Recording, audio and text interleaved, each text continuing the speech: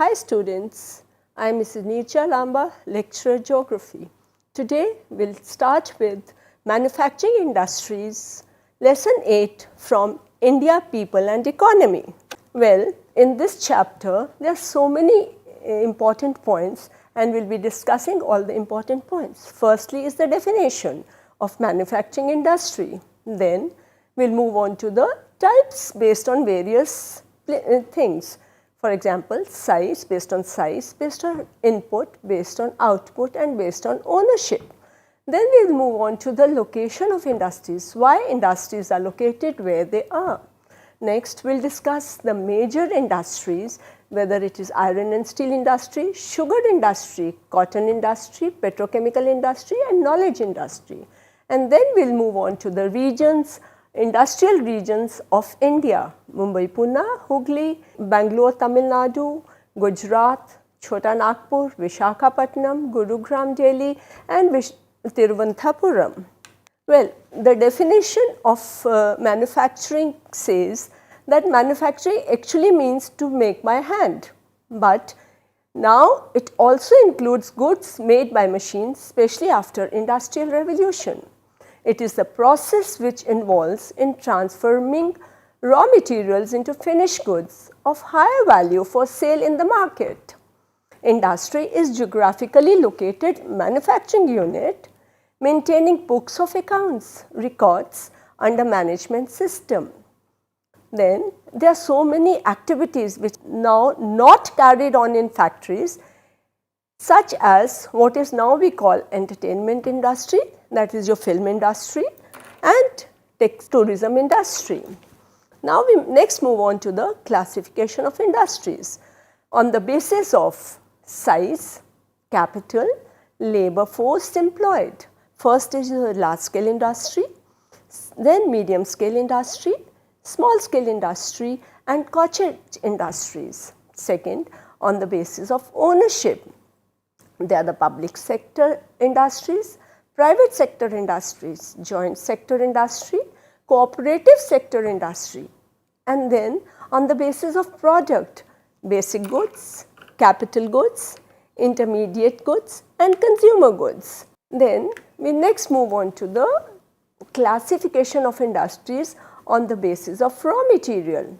On the basis of raw material, we have agro-based industries, which we call agriculture-based industries, forest-based industries, mineral-based industries, animal-based industries, chemical-based industries and industrially processed raw material industries.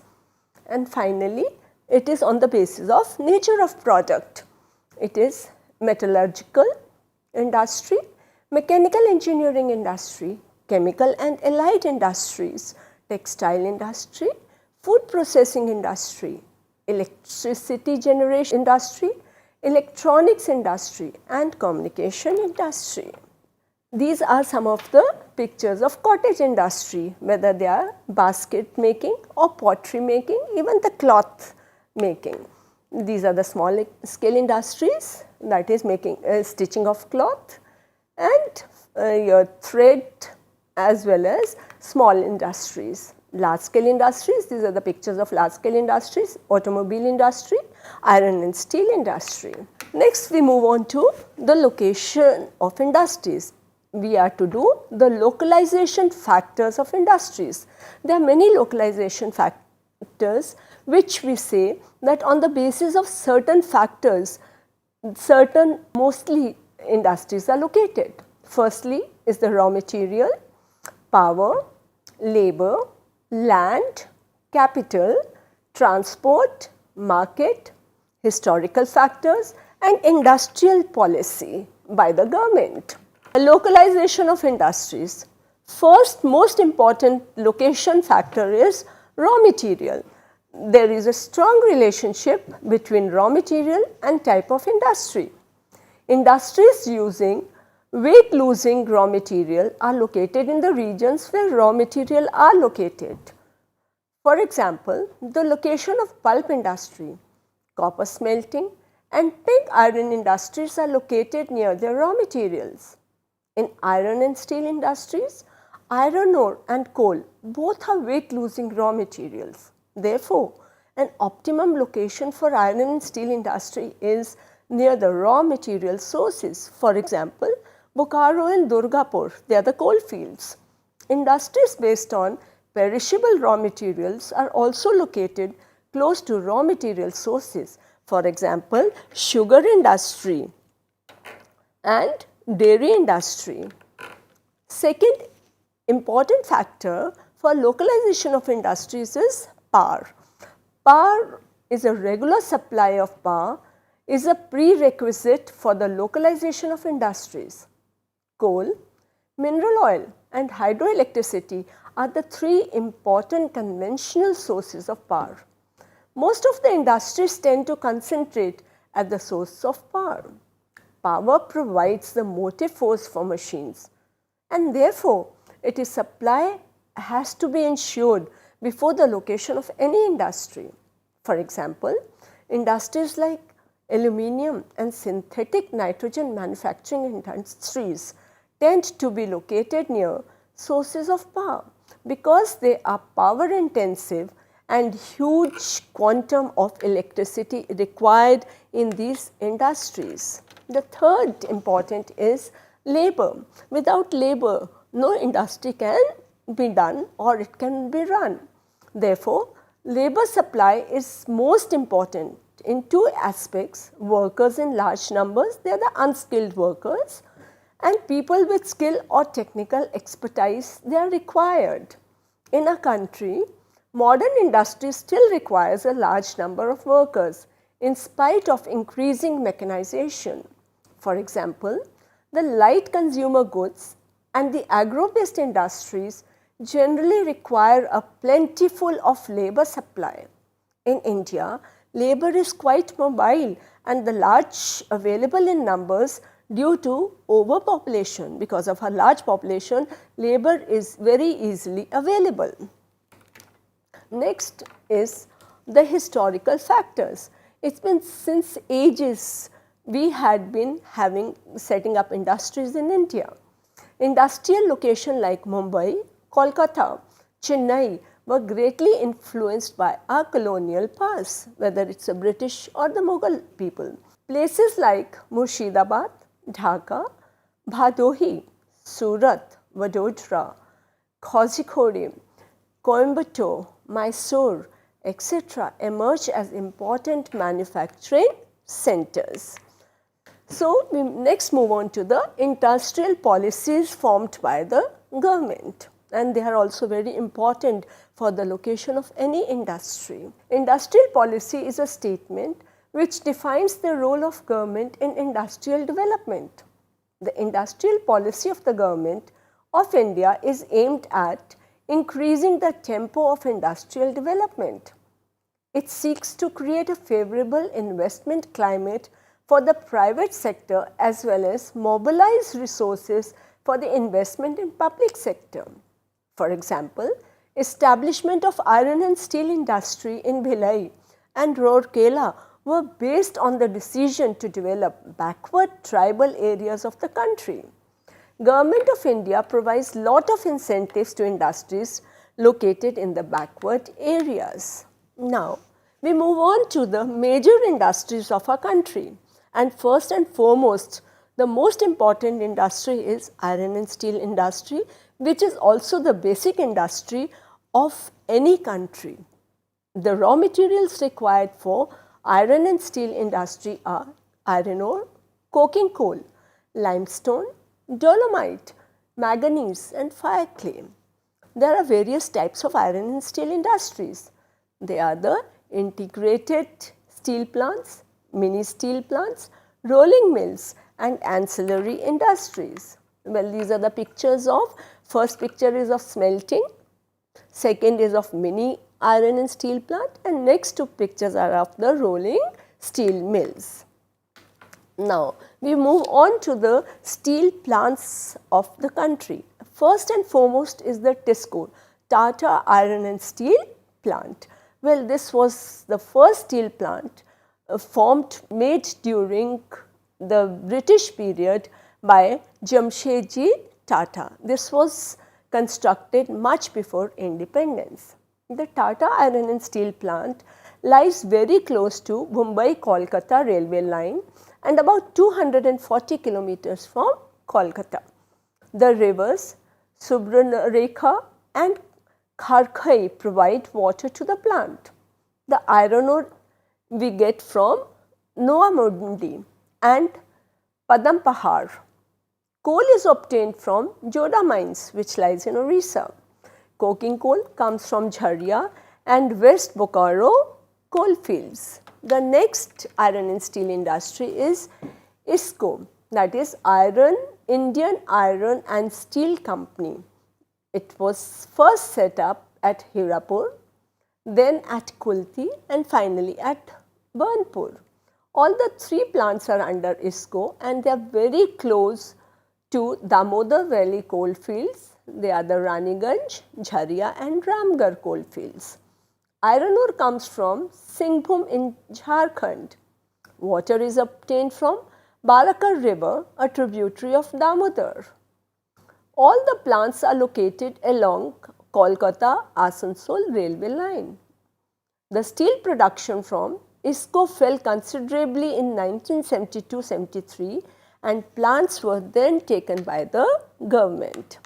The next is VISL steel plant. It is also known as Visvesvaraya Iron and Steel Works.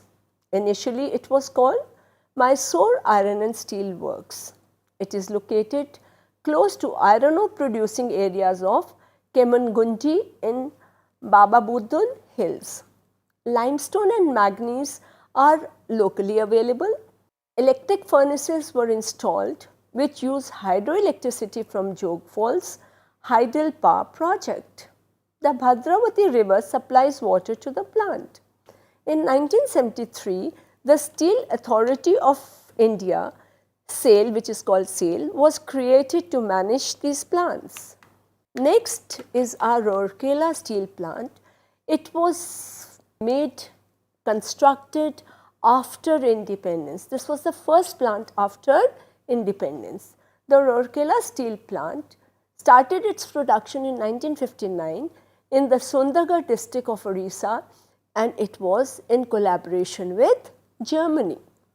The plant was located on the basis of proximity to raw materials, coal from Jharia, which is in Jharkhand, iron ore from Sundargarh and Kyunchar. The Hirakund project supplies power for the electric furnaces. Water is obtained from Kyol and Sank rivers. Our next plant is Bhilai steel plant. The Bhilai steel plant was established with Russian collaboration in Dur district of Chhattisgarh. It started its production in 1959. The iron ore comes from Dhali Rajahara mines. Coal comes from Korba and Kargali coal fields. Water comes from Tanduladam, power from Korba thermal power station. This plant also lies on Kolkata-Mumbai railway route. Our next steel plant is Durgapur steel plant. Durgapur steel plant, which lies in West Bengal, was set up in collaboration with United Kingdom. It started its production in 1962. This plant lies in Raniganj and Jharia coal belt. Iron ore it gets from Noamundi. Durgapur lies on the main Kolkata-Delhi railway route.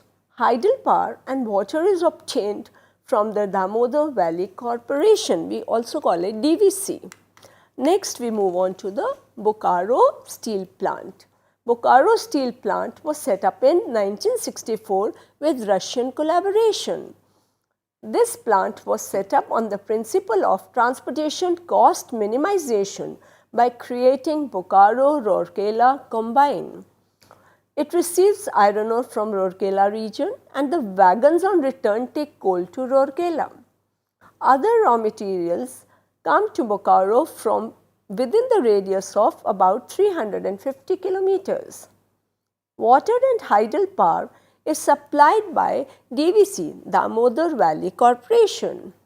Then besides these, there are certain other plants which were set up in South India.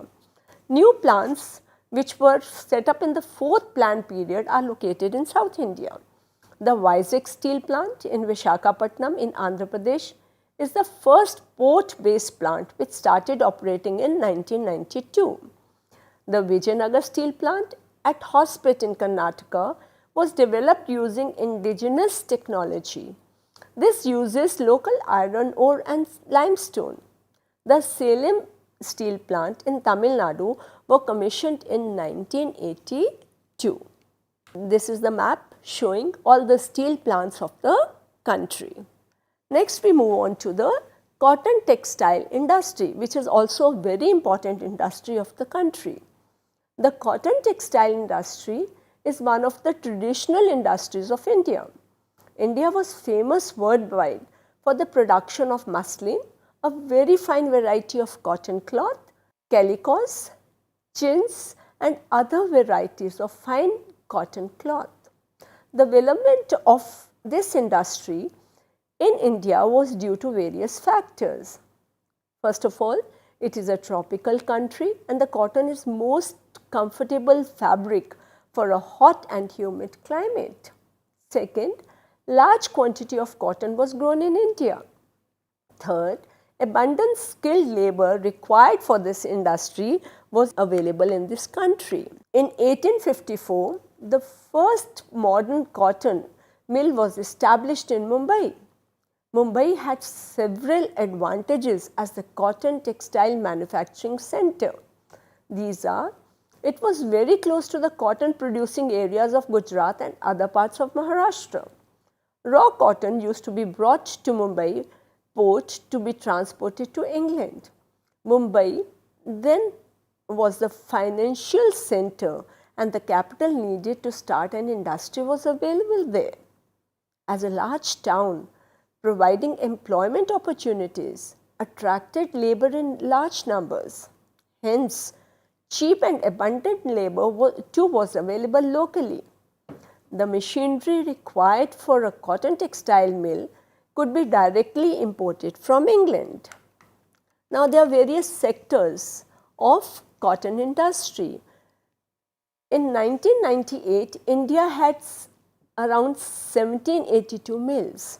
And out of that, 192 mills were in the public sector, 151 mills were in the cooperative sector and 1439 mills were in the private sector. The cotton textile industry in India can be divided into two sectors, the organized sector and the decentralized sector. The decentralized sector includes cloth produced in handlooms including khadi and power looms.